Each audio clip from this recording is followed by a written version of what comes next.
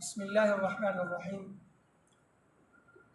कैफियत सलातुल ईदैन। द अख्तर द मुस तरीक़ा सदा चूँकि द अख्तर मुस چې دی هغه د نور مزونو نه لږ بدل دی. نور د عام مز په شان دی لیکن هغې کې لږ تکبیرات زیات دي.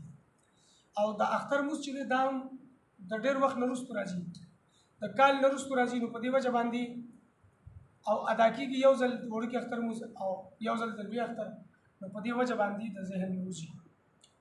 نو د اختر د مز طریقه چې دا اذا اردت ان تصلي صلاه العيد فقم مع الامام نابيا صلاه العيد، دا لوی عبارت دی. د اختر د مز طریقه پکې ذکر ده چې کله وي د اختر د مز اراده تاسو کوي نو اول نیت دی او نیت ویل کېږي د زړه هغه اراده ته. د زړه نه نیت وکړو، زړه نه اراده وکړل چې زه د اختر مز ادا کوم، نو په ژبه باندې دله ویل لازم ضروري نه دي، فرض واجب نه دي. خو په اطمینان دپاره وایي چې زه د اختر 2 رکعته واجب مز ادا کوم سره د شپږو زوایدو تکبیراتو نه په دې حاضر امام پسې په دې حاضر وخت. نو دې طریقې سره دې نیت وکړي.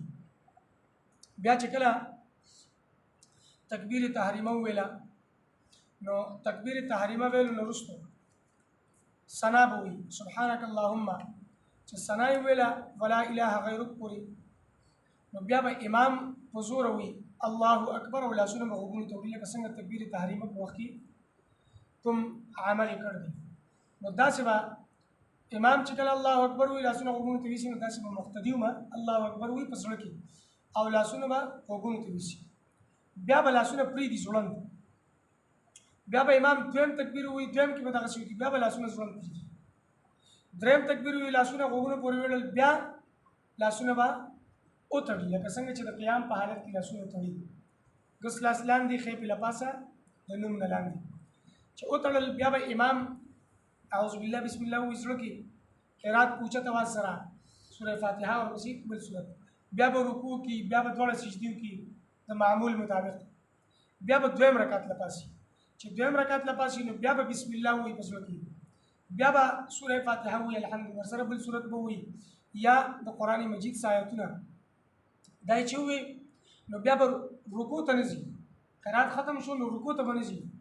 رکوع ته تلو نه مخکې بیا به 3 تکبیرات وي. نو بیا به دغه 3 تکبیرات د اولني تکبیراتو په شان لاسونه به غوږونو پورې وړي، بیا به یې پرېږدي، بیا به غوږونو پورې وړي، بیا به یې پرېږدي، بیا غوږونو پورې وړل، بیا به پرېږدي.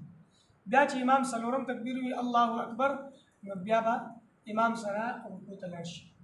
بیا رکوع، دواړه سجدې او آخري قیدا او سلام ورسول. نور د عام 2 رکعاتو مز په شان دي، لیکن په دې کې شپږ زائد تکبیرات دي.